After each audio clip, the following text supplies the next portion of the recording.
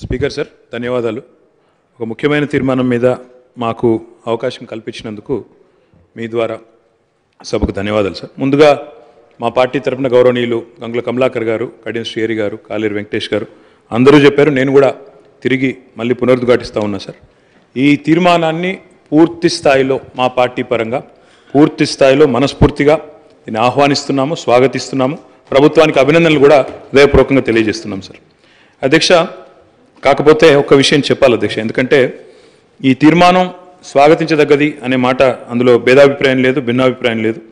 మా నాయకులు, ప్రతిపక్ష నాయకులు, గౌరవ పెద్దలు, తెలంగాణ తొలి ముఖ్యమంత్రి కేసీఆర్ గారు ఈరోజు కాదు అధ్యక్ష, 2004 డిసెంబర్ 17 నాడు ఆనాడు UPA 1 గవర్నమెంట్లో కేంద్ర మంత్రిగా ఆనాడు వారు ఇక్కడ మన రాష్ట్రంలో, ఆనాడు ఉమ్మడి ఆంధ్రప్రదేశ్ రాష్ట్రంలో ఉండే బలహీన వర్గాల సంక్షేమం కోసం పోరాడే ఆర్ కృష్ణయ్య గారు, వకులాభరణం కృష్ణమోహన్ రావు గారు ఇట్లాంటి పెద్దలందరినీ కూడా తీసుకొని ఆనాటి అప్పటి ప్రధానమంత్రి గౌరవనీయులు మన్మోహన్ సింగ్ గారు అపాయింట్మెంటు వారు కోరినారు సార్. ఎందుకంటే బలహీన వర్గాల సమస్యల మీద మాట్లాడాలి, సమయం ఇవ్వండి అని కోరితే ప్రధానమంత్రి గారు ఒక 5 నిమిషాలు సరిపోతుందని అడిగినారు.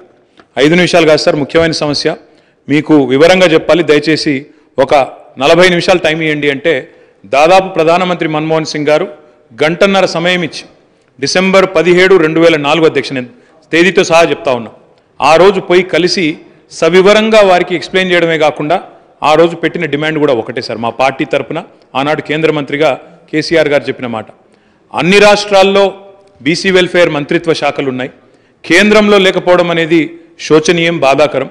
కాబట్టి ఓబీసీ వెల్ఫేర్ మినిస్ట్రీ ఖచ్చితంగా పెట్టండి అని ఆనాడు ఒక సహచర మంత్రిగా ఆ రోజు కేసీఆర్ గారు ప్రధానమంత్రి గారిని ఇక్కడ నుంచి మొత్తం సోదరులందరినీ కూడా తీసుకొని పోయి ఆ రోజు డిమాండ్ చేసిన విషయాన్ని కూడా నేను గుర్తు చేస్తా ఉన్నా అధ్యక్ష. ఆ రోజు డిమాండ్ చేయడమే కాదు, ముఖ్యమంత్రిగా ఆనాడు తెలంగాణలో 2014 తర్వాత ఒకసారి కాదు అధ్యక్ష, 2 సార్లు తీర్మానాలు కూడా చేసి పంపించినాము.